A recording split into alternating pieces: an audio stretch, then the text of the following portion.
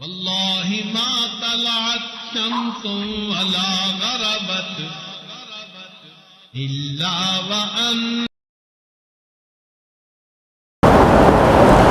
تو صرف یہی نہیں کہ گناہ گار کو حقیر سمجھنا ممنوع ہے، بلکہ گناہ گاروں کو بددعا دینا بھی اللہ کے آنا پسند ہے.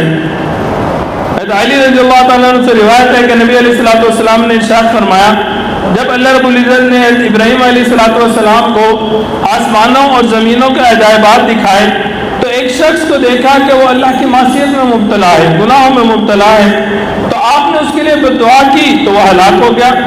پھر آپ نے ایک دوسرے شخص کو جھانکا تو وہ بھی گناہوں میں مبتلا تھا، آپ نے اس کے لیے بھی بددعا کی، وہ بھی ہلاک ہو گیا.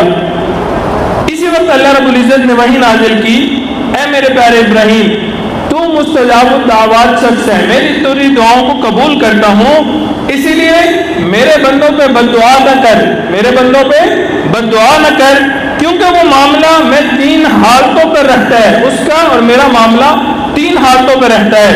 یا وہ توبہ کرے، میں اس کی توبہ کو قبول کر لیتا ہوں، یا اس کی پشت سے ایسی اولاد پیدا کرتا ہوں جو زمین کو تسبیح سے بھر دے گی، ذکر و اذکار کرے گی. باپ گناہ گار تھا، خطا کار تھا، لیکن اللہ رب العزت نے اولاد ایسی پیدا کر دی جو نیکی پھیلاتی ہے، نیکی کرتی ہے.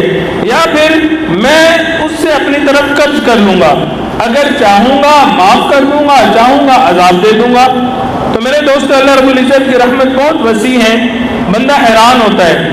توبہ کرنے والوں کی بخشش تو ہوتی ہی ہے، گناہوں پہ نادم و شرمندہ ہونے والے پہ بھی اللہ رب العزت بخشش فرما دیتے ہیں. بلکہ جو بندہ گناہ کرتا ہے اور گناہ کر کے اس کا دل غمگین ہوتا ہے کہ میں نے کوئی غلط کام کر لیا، مجھے نہیں کرنا چاہیے تھا، ایک احساس ہوتا ہے، یہ احساس بھی اس کی مغفرت کا ذریعہ بن جاتا ہے. حضرت ابو ہریرہ رضی اللہ تعالیٰ عنہ سے روایت ہے، حضور علیہ الصلوۃ والسلام نے فرمایا، تحقیق بندہ گناہ کرتا ہے، پھر جب وہ اس کو یاد کرتا ہے تو گناہ اسے غم میں ڈالتا ہے. جب اللہ رب العزت اسے دیکھتے ہیں کہ بندہ اپنے گناہوں پہ غمگین ہے، اللہ رب العزت اسے معاف فرما دیتے ہیں. تو انسان سے غلطیاں ہو جاتی ہیں، یہ بری چیز نہیں ہے. انسان ہے، بتقاضۂ بشریت انسان سے گناہ ہو جاتے ہیں، غلطیاں ہو جاتی ہیں، یہ کوئی بری چیز نہیں ہے.